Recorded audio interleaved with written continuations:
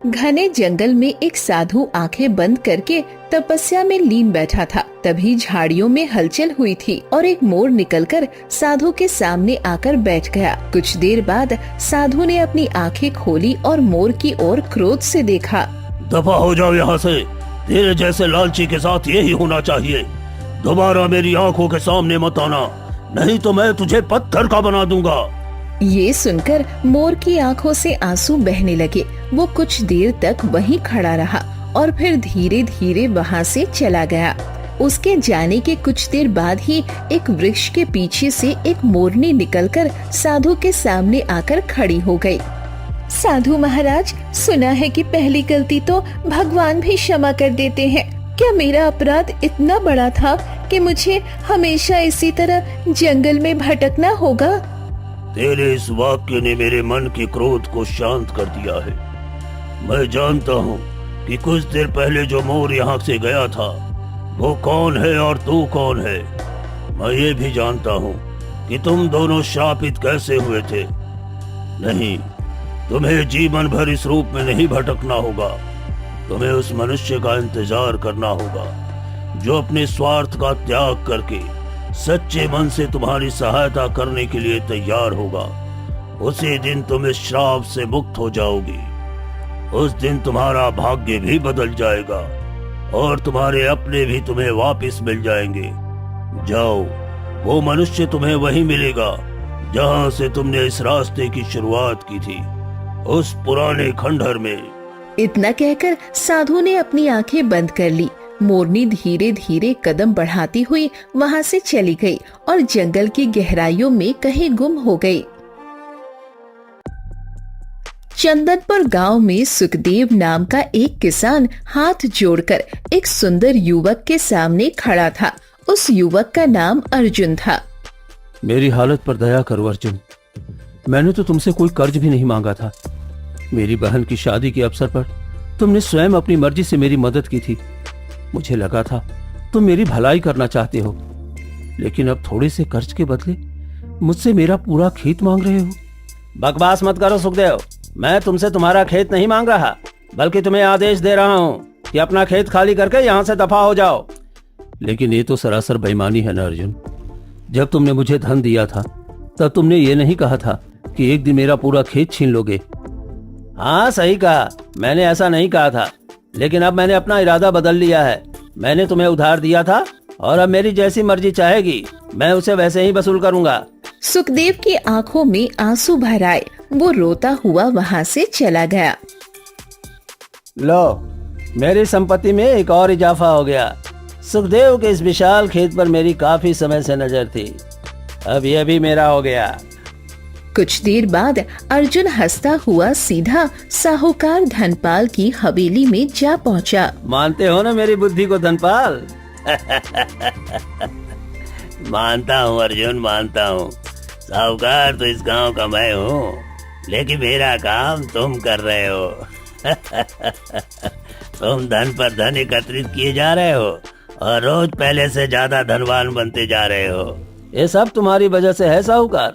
अगर मेरी तुमसे मित्रता न होती तो गांव वाले मुझसे कभी नहीं डरते। हम दोनों एक दूसरे की जरूरत है अर्जुन। हम दोनों मित्र भी हैं और साथी भी। अब ये बताओ कि सुखदेव का खेत जो तुमने हड़पा है उसका हिस्सा मुझे कब मिलेगा? अर्जुन हंसने लगा।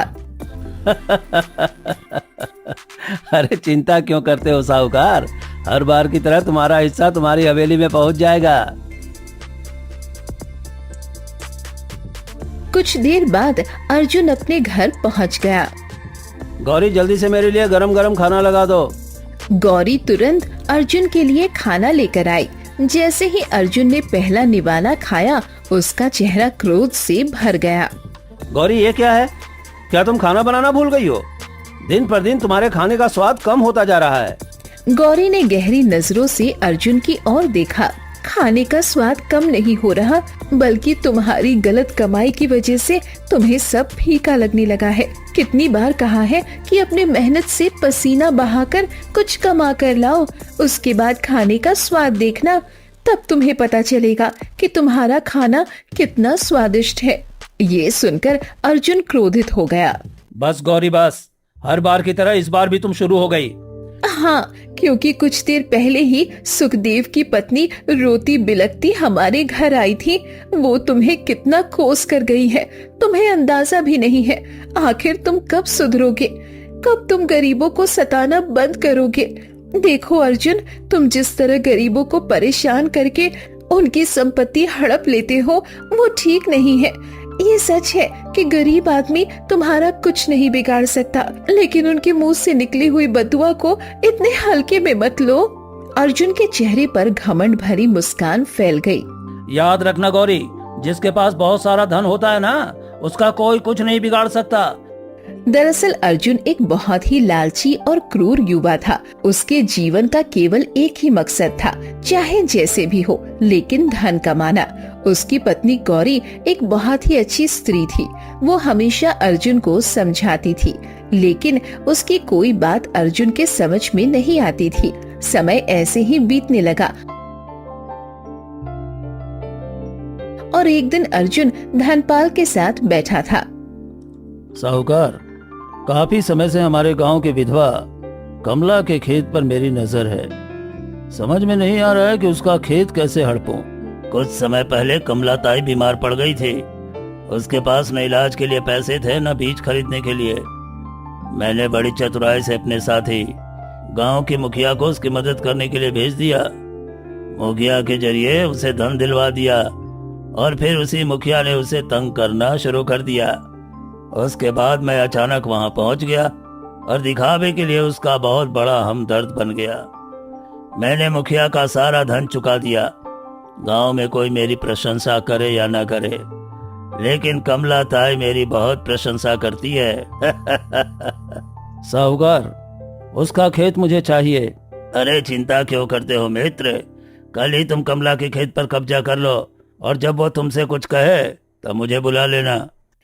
ये सुनकर अर्जुन मुस्कुरा दिया। अगले दिन अर्जुन कमला के खेत में पहुंच गया। कमला ताई, अपने खेत से दफा हो जाओ। क्या बकवास कर रहे हो तुम? कुछ समय पहले मुखिया ने तुम्हें कर्ज दिया था ना, और फिर तुम्हारा कर्ज साहूकार ने चुका दिया था, लेकिन अब साहूकार को अपने धन की जरूरत है। तभी वहाँ धनपाल आ गया। हाँ, अर्जुन सही कह रहा है। देखो, मुखिया ने तुम्हें जितना कर्ज दिया था वो कर्ज मैंने चुका दिया था। मुझे अचानक से धन की आवश्यकता पड़ी है, इसलिए अर्जुन ने तुम्हारा कर्ज चुका दिया है। अब अर्जुन की जैसी मर्जी होगी वो तुमसे वैसे ही कर्ज वसूलेगा। मैं इसमें कुछ नहीं कर सकता। अगर अर्जुन तुम्हारे ऊपर अनाप शनाप ब्याज भी लगा ले तब भी मैं कुछ नहीं कर सकता। इतना कहकर धनपाल वहाँ से चला गया। उसके जाते ही अर्जुन ने कमला को धक्के देकर उसके खेत से बाहर निकाल दिया। कमला रोती बिलखती सीधे गौरी के घर पहुँच गई। अगर अर्जुन आए तो उसे कह देना कि मेरी हाय लगेगी उसे। उसने मुझ जैसी विधवा के कमाने का जरिया छीन लिया है। देखना, अर्जुन कभी भी सुखी नहीं रह पाएगा। इतना कहकर कमला रोती बिलखती और बद्दुआ देती हुई वहाँ से चली गई। गौरी की आंखों से आंसू बहने लगे। शाम को जब अर्जुन घर वापस आया तब उसने गौरी को रोते हुए देखा। आखिर तुमने गांव की विधवा तक को नहीं छोड़ा। तुमसे कितनी बार कहा है गौरी कि मेरे मामले में टांग मत अड़ाया करो। मुझे इस संसार का सबसे धनवान व्यक्ति बनना है। इतना कहकर अर्जुन चुपचाप जाकर लेट गया। समय ऐसे ही बीतने लगा। एक दिन सुबह सुबह अर्जुन उठा तो उसने देखा कि गौरी बुरी तरह खांस रही थी। गौरी, तुम्हें क्या हो गया? आज सुबह से मुझे चक्कर से आ रहे हैं। जैसे ही अर्जुन ने उसका हाथ पकड़ा वो चौंक गया। तुम्हें तो बहुत तेज बुखार भी है। अर्जुन तुरंत गौरी को एक वैद्य के पास ले गया। वैद्य ने गौरी की जांच पड़ताल की और फिर चिंता भरे अंदाज में अर्जुन की ओर देखा। अर्जुन, तुम्हारी पत्नी को बहुत भयंकर बीमारी हो गई है। तुम इसे लाने में देर कर चुके हो। अब इसका इलाज नहीं है। ये सुनकर अर्जुन चौंक गया। क्या बकवास कर रहे हैं? मेरी पत्नी का इलाज कीजिए। जितना भी धन खर्चा होगा मैं देने के लिए तैयार हूँ। ये सच है कि धन से बहुत कुछ खरीदा जा सकता है, लेकिन सब कुछ नहीं। धन से किसी का स्वास्थ्य नहीं खरीदा जा सकता। मैं इसमें कुछ नहीं कर सकता। अर्जुन तुरंत गौरी को दूसरे वैद्य के पास ले गया, लेकिन वहाँ भी उसे निराशा मिली। क्षमा करो, तुम्हारी पत्नी की बीमारी हद से ज्यादा बढ़ गई है। इसे घर ले जाओ, यह अधिक समय तक जीवित नहीं रह पाएगी। अर्जुन अपनी पत्नी से बहुत प्रेम करता था। वो रोते बिलखते हुए गौरी को घर ले आया और उसके पास बैठकर उसे देखने लगा। आपसे कहा था मैंने कि गरीबों को तंग मत कीजिए, उनकी बद्दुआएं मत लीजिए।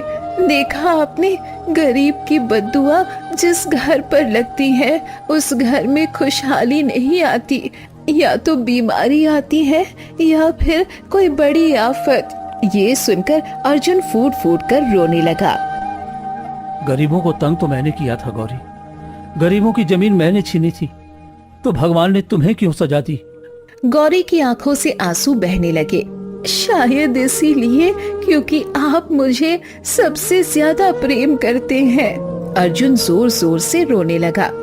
गौरी, गौरी, मैं तुम्हें कुछ नहीं होने दूंगा गौरी, कुछ नहीं होने दूंगा। उस दिन के बाद अर्जुन का ध्यान अपने काम धंधे से हट गया।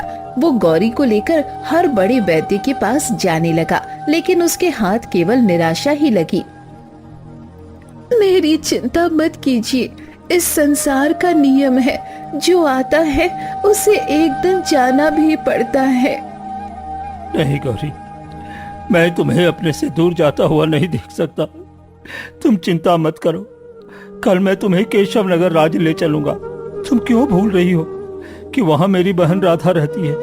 उसका पति चंदन केशव नगर राज्य का बहुत बड़ा व्यापारी है। केशव नगर राज्य में बहुत बड़े बड़े वैद्य रहते हैं। तभी उसके घर के दरवाजे पर दस्तक हुई। उसने दरवाजा खोला तो बाहर एक व्यापारी खड़ा था।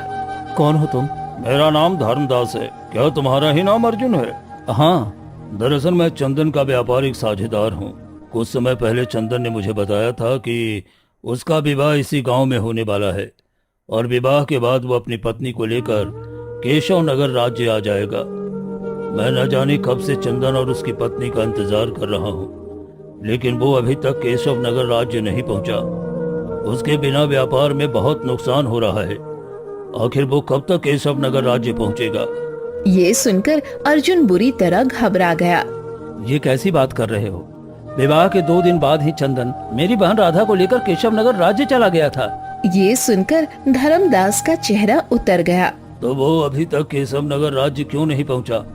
भगवान भला करे, कहीं ऐसा तो नहीं कि तुम्हारी बहन और बहनोई जंगल में किसी डाकू या जंगली जानवर का शिकार बन गए हों। इतना कहकर धर्मदास वहाँ से चला गया। अर्जुन की आंखों से आंसू बहने लगे। इसीलिए मैं तुमसे कहती थी कि लोगों को इतना मत सताओ कि उनकी बद्दुआएं हमारे परिवार को आकर लगे। ये कहते हुए गौरी की आंखों से आंसू बहने लगे। उस दिन के बाद अर्जुन उदास रहने लगा। एक दिन वो घर के बाहर बैठा था कि तभी गांव के रामलाल काका उसके पास आए। अर्जुन, तुम्हारे साथ क्या हुआ है? ये पूरा गांव जानता है अर्जुन, तुम्हारी पत्नी को लाइलाज बीमारी हो गई है और तुम्हारी बहन और उसके पति भी लापता है। देखो अर्जुन, ये बात तुम्हें माननी होगी कि तुमने इस गांव के गरीबों पर बहुत अत्याचार किए हैं। इतना कहकर रामलाल वहाँ से चले गए। अर्जुन के भीतर बदलाव आने लगा।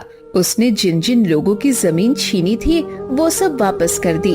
अर्जुन वापस घर लौट रहा था कि तभी रास्ते में उसे धनपाल मिल गया। ये मैं क्या सुन रहा हूँ अर्जुन? तुमने जिन लोगों की जमीन अपनी चतुराई से हासिल की थी वो सब वापस कर दी? वो जमीन मैंने ली नहीं थी, बल्कि धोखे से हड़पी थी। अब मेरा मन इन सब चीजों में नहीं लगता। तो फिर आज से हमारी मित्रता भी खत्म। इतना कहकर धनपाल वहाँ से चला गया।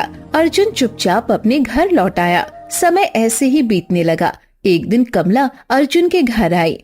अर्जुन, भगवान हर इंसान को एक मौका जरूर देता है, इसीलिए कभी उम्मीद नहीं छोड़नी चाहिए। देखो, तुमने गांव के जितने भी गरीबों की जमीन छीनी थी वो सब वापस कर दी। अब तुम्हें हाथ पर हाथ रखकर नहीं बैठना चाहिए। ये संसार बहुत बड़ा है। किसी जंगल में कोई ना कोई साधु ऐसा जरूर होगा जिसके तप और चमत्कार से तुम्हारी पत्नी ठीक हो सकती है। मैंने सुना है कि जंगलों में तपस्या करने वाले कुछ साधुओं के पास ऐसे दिव्य शक्ति होते हैं जिनसे असंभव काम भी संभव हो जाते हैं। ये सुनकर अर्जुन की आंखों से आंसू बहने लगे। कमला ताई, मैंने आपके साथ इतना बुरा किया, फिर भी आप मेरे बुरे समय में मेरा साथ देने चली आई। तुमने मेरे साथ बुरा किया था, लेकिन अपनी गलती का पश्चाताप भी किया। इसीलिए घर में बैठकर हार मत मानो। लेकिन मैं अपनी पत्नी को अकेला छोड़कर कैसे जा सकता हूँ? तुम चिंता मत करो, मुझे विश्वास है कि सब कुछ ठीक हो जाएगा। जब तक तुम वापस नहीं आते, तुम्हारी पत्नी का ख्याल मैं अपनी बेटी की तरह रखूंगी। अर्जुन की आंखों से आंसू बहने लगे। कुछ देर बाद उसने अपनी आंखों से आंसू पोंछे और घर से बाहर निकल गया। अर्जुन जंगलों में भटकने लगा। कुछ देर बाद वो एक वृक्ष के नीचे बैठ गया। मुझे किसी ऐसे साधु को तलाशना होगा जो चमत्कार कर सकता हो। कहते हैं कि साधु बड़े चमत्कारी होते हैं। पहले मैं साधुओं का बहुत अपमान करता था, लेकिन अब ना जाने क्यों मुझे चमत्कार पर भी विश्वास होने लगा है। इतना कहकर वो उठा और फिर से जंगलों में भटकने लगा। भटकते भटकते अर्जुन थक गया और एक वृक्ष के नीचे बैठ गया। ना जाने कब से भटक रहा हूं, लेकिन अभी तक जंगल में किसी साधु के दर्शन नहीं हुए। शायद यही मेरी पापों की सजा है। तभी किसी ने पीछे से उसके कंधे पर हाथ रखा। अर्जुन ने पीछे मुड़कर देखा तो एक साधु उसके सामने खड़ा था। कौन हो तुम और इस घने जंगल में क्या कर रहे हो? अर्जुन की आंखों से आंसू बहने लगे और उसने शुरू से लेकर अंत तक सारी घटना साधु को बता दी। एक उपाय है। इस घने जंगल में एक बड़ा ही विचित्र तालाब है। उस तालाब का जल बड़ा चमत्कारी है। उस तालाब के किनारे उगने वाला लाल रंग का पुष्प भी एक दिव्य पुष्प है। अगर तुम उस तालाब का जल और उस दिव्य पुष्प को प्राप्त करने में सफल हो जाते हो तो तुम्हारी पत्नी को नया जीवन मिल सकता है। ये सुनकर अर्जुन की आंखों में चमक आ गई।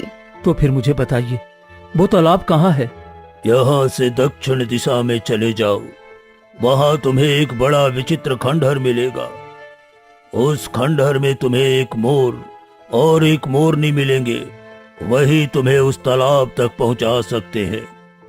लेकिन एक बात हमेशा याद रखना, तुम केवल एक बार ही उस तालाब का जल ले सकते हो और वहां उगने वाले लाल रंग के दिव्य पुष्पों में से केवल एक पुष्प ही तोड़ सकते हो। उस तालाब में एक राक्षस प्रशासन है। जो राक्षस तुम्हें दूसरा अवसर कभी नहीं देगा। इतना कहकर साधु वहां से चला गया। अर्जुन कुछ देर तक गहरी सोच में डूबा रहा और फिर साधु के बताए हुए स्थान की ओर चल पड़ा। बहुत देर बाद अर्जुन एक पुराने खंडर के सामने पहुंचा। खंडर की दीवारों पर काई जमी हुई थी और जगह जगह दरारें पड़ी थी।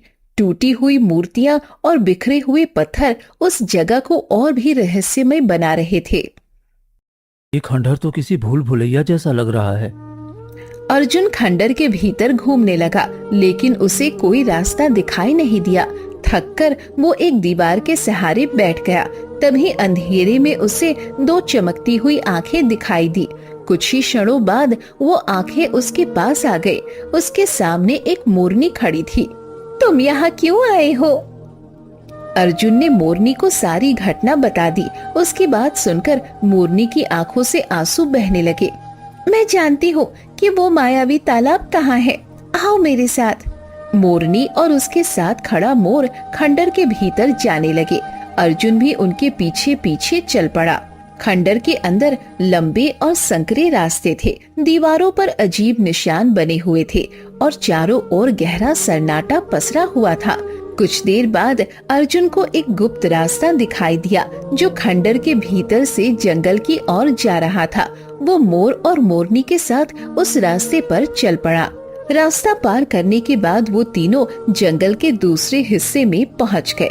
कुछ देर बाद उनके सामने एक बड़ा ही विचित्र तालाब दिखाई दिया। उस तालाब का जल नीले प्रकाश से चमक रहा था और उसके किनारे लाल रंग के अद्भुत पुष्प खिले हुए थे। इस तालाब में एक राक्षस का वास है और वो बहुत खतरनाक है। मैं और मेरे पति इसी राक्षस की वजह से श्रापित होकर मोर और मोरनी बन गए। तब से हम दोनों जंगल में भटक रहे हैं। ये सुनकर अर्जुन चौंक गया। क्या मतलब? मैं और तुम्हें सामने दिखाई देने वाला ये मोर दोनों मनुष्य हैं। मैं इसकी पत्नी हूँ और ये मेरा पति है। हम जन्म से मोर नहीं है बल्कि राक्षस के श्राप की वजह से इस रूप में जी रहे हैं। अर्जुन गहरी नजरों से उन दोनों को देखने लगा। तो फिर तुम दोनों इस श्राप से मुक्त कैसे हो सकते हो? अगर कोई मनुष्य अपने स्वार्थ का त्याग करके हमें इस तालाब का जल पिला दे और इस लाल पुष्प को मेरे पति को खिला दे, तभी हम दोनों इस श्राप से मुक्त हो सकते हैं। लेकिन आखिर कोई हमारे लिए अपना सुख क्यों त्यागेगा? इतना कहकर मोरनी रोने लगी। अर्जुन ने कुछ नहीं कहा। उसने अपने कलश में तालाब का जल भर लिया और एक लाल पुष्प तोड़ लिया। मोर और मोरनी हसरत भरी निगाहों से कलश और पुष्प को देखने लगे। तभी रंग बिरंगी किरणों के बीच एक विशाल राक्षस तालाब के किनारे प्रकट हुआ। मोर और मोरनी डर गए। यही वो राक्षस है जिसने हमें श्राप देकर इस रूप में बदल दिया। अर्जुन फिर से मोर और मोरनी को देखने लगा। न जाने क्यों उसके मन में उन दोनों के लिए दया जाग उठी। मैंने आज तक अपने जीवन में कोई पुण्य नहीं किया, लेकिन न जाने क्यों मुझे इन दोनों पर बहुत दया आ रही है। मैं इन दोनों को श्राप से मुक्त करूंगा। सोच लो, मैं तुम्हें दोबारा इस तालाब का जल नहीं लेने दूंगा और न ही तालाब के किनारे एक भी चमत्कारी पुष्प तुम्हें दोबारा मिलेंगे। मगर अर्जुन ने तालाब का जल मोरनी को पिला दिया और लाल पुष्प मोर को खिला दिया। अगले ही क्षण रंग बिरंगी किरणें चारों ओर फैल गई। मोर और मोरनी मनुष्य के रूप में बदल गए। उन्हें देखकर अर्जुन पूरी तरह चौंक गया। राधा, चंदन, तुम दोनों? हाँ भैया, हम दोनों ही श्रापित थे। लेकिन तुम दोनों श्रापित कैसे हुए? चंदन की आंखों से आंसू बहने लगे। मेरी वजह से। जब मैं तुम्हारे गांव में गया था तब मुझे इस मायावी तालाब के बारे में पता चला कि इसका जल पीने से मनुष्य अमर हो जाता है। मेरे मन में लालच जाग गया। विवाह के बाद मैंने राधा को भी अपने लालच में शामिल कर लिया। मैंने इससे कहा कि अगर हम दोनों इस जल को पी लेंगे तो हमेशा के लिए अमर हो जाएंगे। राधा मेरे बातों में आ गई। जब हम इस तालाब तक पहुंचे तब यह राक्षस प्रकट हुआ और इसने हमें मोर और मोरनी में बदल दिया। अगले ही पल वो राक्षस तालाब से बाहर आया और रंग बिरंगी किरणों के बीच उसी साधु में बदल गया जिसने अर्जुन को खंडर का रास्ता बताया था। ये देखकर राधा और चंदन चौंक गए। और आपने ही मुझे इस तालाब तक पहुंचने का रास्ता बताया था। साधु मुस्कुराया। हाँ, दरअसल मैं इस तालाब का रक्षक हूँ और इसकी रक्षा राक्षस के रूप में करता हूँ। अधिकतर लोग मेरा रहस्य नहीं जानते कि मैं वास्तव में राक्षस नहीं बल्कि एक साधु हूँ। तुम्हारी बहन और उसका पति लालच के इरादे से यहाँ आए थे। क्रोध में आकर मैंने इसे श्राप दे दिया, लेकिन बाद में मुझे इनकी हालत पर दया आ गई। अर्जुन की आंखों से आंसू बहने लगे। तुम्हारी पत्नी गौरी अब ठीक हो चुकी होगी। तुम्हारे इस बलिदान ने केवल तुम्हारी पत्नी को नया जीवन नहीं दिया बल्कि तुम्हें भी एक नया जीवन दिया है। अब अपना सारा जीवन लोगों की भलाई में लगाना। ये सुनकर अर्जुन के चेहरे पर खुशी लौट आई। अर्जुन अपनी बहन और बहनोई को लेकर घर लौट आया। घर पहुंचकर उसने देखा कि गौरी पूरी तरह स्वस्थ हो चुकी थी। अर्जुन ने सारी घटना बता दी। वचन दीजिए कि अब आप कभी किसी को तंग नहीं करेंगे। हाँ, अब मैं अपना सारा जीवन मानवता और लोगों की भलाई में लगा दूंगा। उस दिन के बाद अर्जुन पूरी तरह बदल गया। वो गरीबों की सहायता करने लगा और लोगों के दुख दूर करने में अपना जीवन बिताने लगा। कहते हैं कि जब मनुष्य अपने स्वार्थ का त्याग करके दूसरों के लिए जीना सीख जाता है, तभी उसका सच्चा भाग्य बदलता है और उसे अपने बिछड़े हुए अपने भी वापस मिल जाते हैं।